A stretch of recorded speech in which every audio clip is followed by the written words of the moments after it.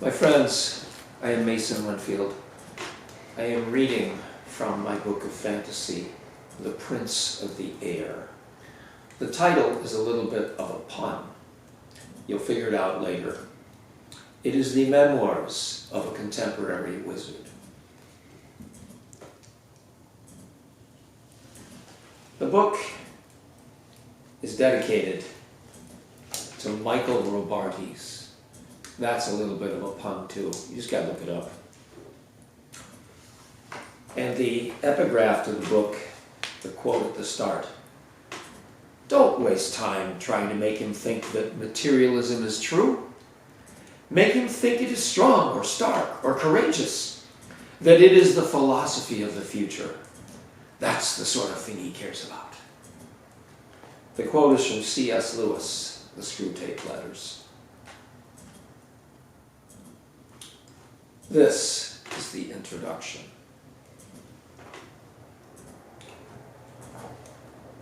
I opened my eyes. Every joint in my body ached. I couldn't feel my arms. It felt like one of those nights that I had fallen asleep on top of one and cut off the circulation, but this was both of them. I couldn't feel my legs either. It was like a nightmare of paraplegia. My lower back was one big cramp. It was hard even to turn my head, but I must have. A horrid snarling exploded like a gunshot. If I could have moved, I would have jumped out of my skin. Two hideous, frothing faces were snapping and yowling a foot from my throat. I was scared and angered into full wakefulness. It was then that I realized that my upper body was fixed in a modified Christ-like pose, each wrist held over my shoulders. My back was against something metallic and springy. My butt was on a hard floor, and my blue-jeaned legs spread before me, each ankle clotheslined to a loop beside the foot of the old wooden door. The two massive dogs must have been sleeping as long as I had been still. At my first stir, they tuned up. How long had I been out?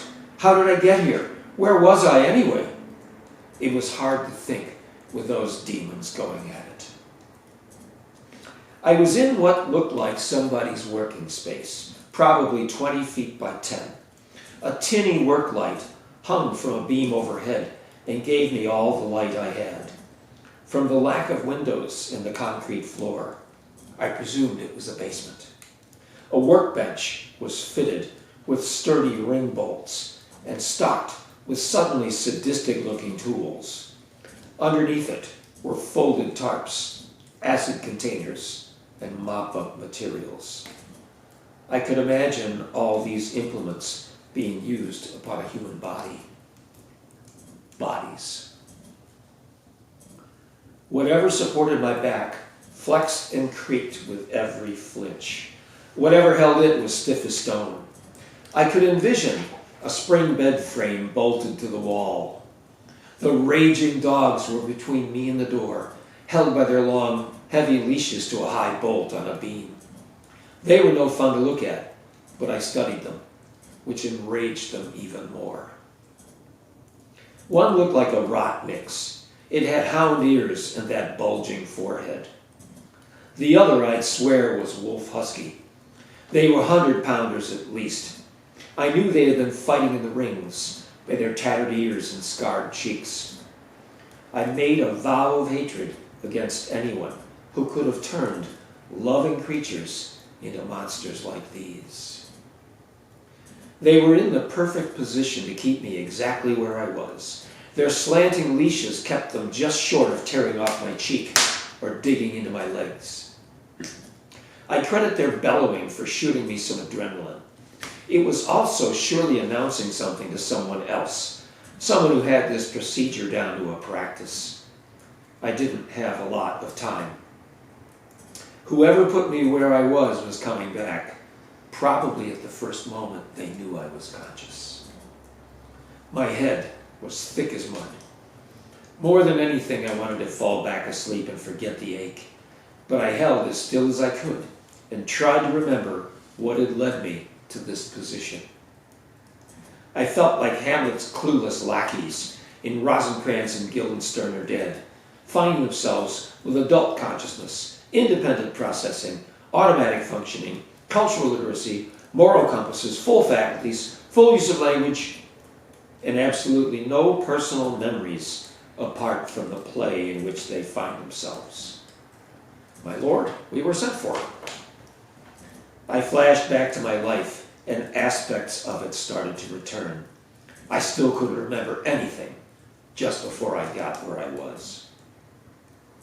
I tried to focus on my options. The best was to stall for time. Still, my foggy mind had a question to ask. Why had they left me alive? Only one explanation came to me. They have no idea who I am. I slitted my eyes like I was lapsing back into unconsciousness and did my best to look around without moving. I spotted the little surveillance camera above the bolt that held the dogs' leashes. I had thought there would be one. It was completely out of the reach of a normal person in my position. The dogs weren't fooled. They set up another round of slavering and wailing. One was so mad at not being able to get at me that it took a snap at the other, which set it caterwauling differently and snapping back. Almost anywhere close would hear that racket, unless this cut. Okay. Anyone, you'll get it. Anyone, anywhere close would hear that racket, unless this basement was soundproofed. Guessing its likely uses, I bet myself that it was. I took another squinty look at the devices around me and was sure of it. The point of the dogs was to add to my terror. Good luck with that, I thought. Somebody is paying. But I felt weak. Breathing was hard. No wonder. People can die when they are held immobile with their arms up. Most victims of crucifixion have died of suffocation. Only the real tough ones, like the Son of our Lord, needed the coup de grace of the spear thrust to make the promised land on schedule. Though every sense in my mind and body was shrieking to take action, I had to be patient. I didn't want to bring any new tormentors into this space before I was ready to deal with them. It would take me minutes to recover once I got my arms down and got a bit of blood in them. Should I quell the camera first? That might set off an alarm. Someone at a desk could very well be watching me on a monitor, though maybe not vigilantly enough. Trying to give no sign that I was fully conscious, I energized my left hand above me, producing what I sometimes call the lightsaber a la Star Wars. Usually I call it the beam. It's a ray of force that seems to come out the knuckles of my index and middle finger and extend from my open hand like a light-as-air broomstick. In darkness, it looks to me like a rod of teal-colored light, fainter and paler as it goes out. It doesn't cut anything, at least not quickly. It's like a microwave of heat, electricity, and gentle disruption. It works a hell of a lot better when I can straighten my arm out. At 8 feet, it's an electrical annoyance, a back-off. At 4 feet, it stops hearts, short-circuits brains, and toasts internal organs. I angled my open palm forward from over my head, aimed the beam right into the lens of the camera, and held it long enough to be sure the video feed would go dark.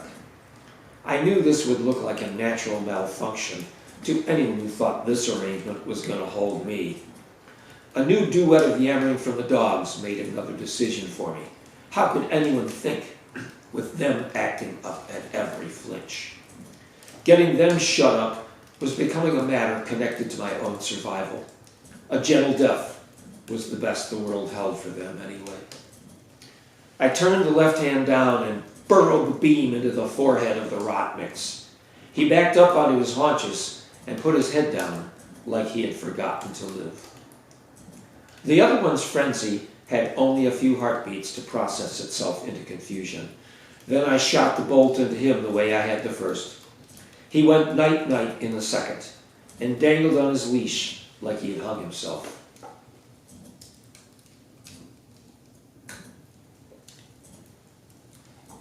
It's then, and only then, that I could hear the chimes, those light, human-like voices that populate every space in which people have lived long or died. I don't think they're souls or spirits. I think they are some component of the human essence that stays behind when soul or spirit launches. All I know is that they have a musical, non-verbal tone. At happy places they're merry, sometimes melancholy, as if they miss being there like they once were. At tragic sights, they are anxious, even agitated. They try to warn others, or at least me, when entering a rueful space. At moments of crisis, they escalate, as they were doing at that moment. The capacity to hear the chimes is my one truly receptive psychic power. I tell no one about it, as it would give my potential opponents an edge I don't need them to have. The chimes had surely been tuning up for the entire time I'd been awake. I just couldn't hear them because of the dogs. From their tones, I could deduce that this was a place in which people had died, and miserably. Was this John Wayne Gacy's abattoir? It felt like people might be coming. How was I peeling myself off the wall? My left, the beam, may look a bit like the Star Wars lightsaber when it's in action, but my right, with what I call the axe hand or the gleam, works like it, though it's a stubbier weapon. Its range is about the size of my hand. To me, it appears as a glow, greeny blue like the other, but denser. I have never seen anything it couldn't plunge through quickly. It doesn't matter whether it's a brick wall or living flesh. Even individual fingers are cutting tools when I energize it. I still don't know whether the effect of the axe hand is heat or super cold, or a laser, or radiation, or molecular disintegration, or any of the other theories that may come to you. All I know is that it makes holes in things. I reached up and around with my right index finger, tugged on the chain of the handcuff until I was sure I had it. My hand felt like it belonged to someone else, and tore it through. It took longer than it should have. The right dropped to my side, the police-style cuff clanking on cement. Blood flowed painfully back into the arm. I tried flexing it in a minute and slapped myself on the forehead with a cadaver-cold set of limp fingers and an edge of the cuff on my wrist. God, did it hurt. Almost knocked myself out. It took minutes to recover from that first move, during which I realized how my lower back hurt. I'd been leaning against the wall atop something hard and angular. I presumed it was one of the tools like they had all over this place. I was envisioning the head of a sledgehammer. When my right arm was working again, I set about liberating my left. I couldn't reach the chain, so I hooked an index under the skin of my own wrist and under the coil of the cuff. Fortunately, the gleam doesn't hurt me. In seconds, an inch of curving metal flew off and clinked on the floor. I still wasn't loose. I took another whack at the cuff with a couple more fingers and was finally free of it, taking a little scratch on my left wrist as I pulled loose. I had no idea the process was going to make such crusty edges. It's different every time. I got some circulation back into my upper body. I leaned forward and severed the clothesline of my ankles with just a pull of my right index, then sat deciding what to do. There was no perceptible commotion outside the room, so I figured I had a few minutes. I thought I could work up a surprise if I had to, for whatever first came in the door, but I wasn't looking forward to it. It took a while to get up. I had to haul myself with that springy contraption to which I had been spread-eagled. I still had that coil on my right wrist. It would be a while before I could work it off with my left. That was fine. If I got into a close quarters scrape before I was fully ready, it could come in handy as a temple thumper or a knife blocker. I was dying to get out of there. The Chinese were driving me almost as crazy as the dogs had been. But that wicked kink in my back made me curious about whatever I had been lying on for who knows how long. I looked back. It was then that I spotted what I recognized as one of my shoulder bags against the base of the contraption I'd been fastened to. It was a Patagonia with pouches, zippers, and a bandolier-style shoulder strap. I remembered it from many a journey, and looking at it actually helped me come back even more. My dream mind had been through so many eras of my life that it was hard even to remember the decade in which I dropped out and ended up where I was. The bag must have been around me at the minute I was hit, the minute I couldn't remember. It must have stayed on me when I was transported. At some point, it had slipped off and sagged under me. What? Why had they left that on me? Where was I before the world went dark? How had I ended up where I was? I went back to it and looked into its main pouch. It held an old, wood-covered book, as thick as an ancient encyclopedia, with a shallow lock dead center of the metal bands that belted it shut. It looked like you needed a key to get it open, like trying to remember a dream by hauling up associations, dropping a hooked and baited chain into the ocean and studying what comes up. The scenes and the journeys and the adventures started coming back to me. Oh yeah, I said to myself, we had been rousting witches. Who knew that was starting a war? How did I end up with that book?